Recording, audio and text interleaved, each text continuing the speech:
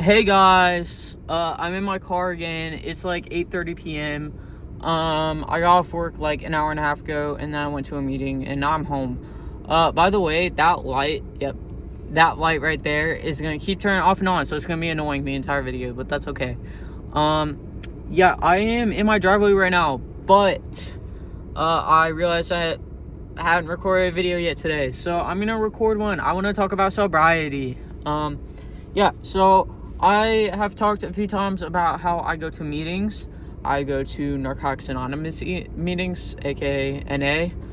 You guys may not have heard of NA before, but you've probably heard of AA, which is Alcoholics Anonymous. I do not go Alcoholics Anonymous, but I would put myself under the category of alcoholic. I had a bit of an alcohol problem. But yeah, so I think I talked about it a little bit. I just celebrated 3 years sober, or clean. When I was 14, I went to rehab for the first time. When I was 15, I went to rehab the second time, about 6 months apart.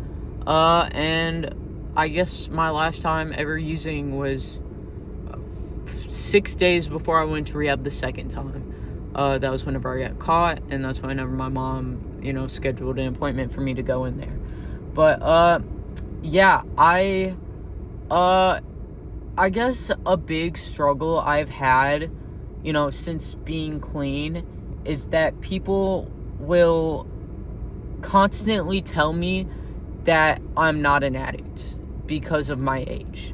I've had many people, mainly adults, tell me that my problem was not a problem, that I was just being a kid, which is not true. Kids don't steal their friends' parents' medication. Kids don't steal their parents' medication.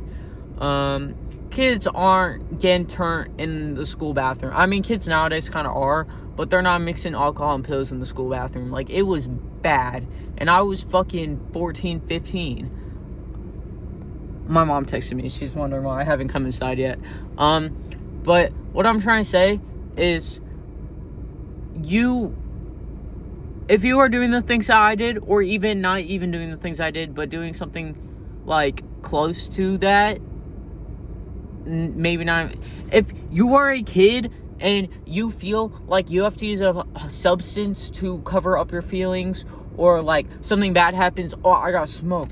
Oh, something good happens, oh, I gotta get turned. Like, if you feel like you have to do a substance, or something like that, or something like that, but if you feel like you have to do a substance to get through the day, or to celebrate, or to mourn, then you have a problem. That's not normal. That our bodies were not created to mask our feelings with another substance. What we were given by God, or by particles in the air, that fucking Big Bang shit, they didn't naturally give us drugs in our body. I mean, we get like natural dopamine, right? We get natural serotonin, that our serotonin and dopamine levels will go up naturally by things like sugar and sex and shit like that. And it's like our body did not naturally give us fucking substances to do every time we have a feeling. So, if you are a kid struggling with addiction, you might not even think you're an addict. Maybe you're just a kid that struggles with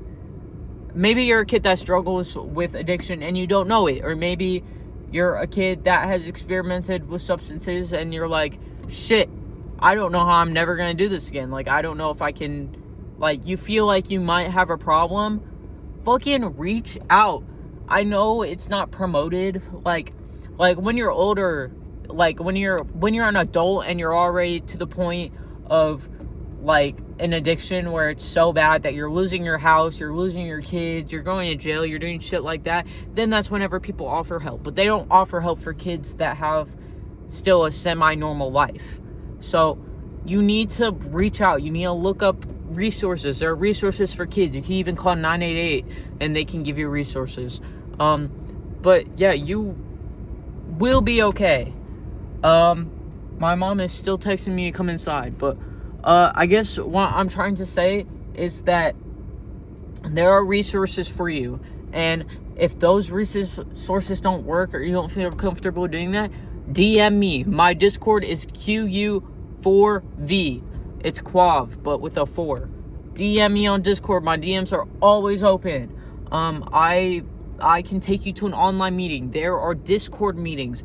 There are meetings that run on Discord twice a day, every single day. They have a special one for LGBTQ people on Thursday afternoons. And they are every time friendly because there's people from all over the world in there. You might be the youngest person in there, and that's okay. I'm the youngest person in there. I don't go to those meetings as often because I go to IRL ones, but I promise you that no matter where you are in the world, there's going to be an IRL meeting at least within 10 miles of you. For me, there's one within half a mile of me. I just came back from it. So, yeah, get help. Don't fucking rely on substances to have a decent life. That's not how that works, okay?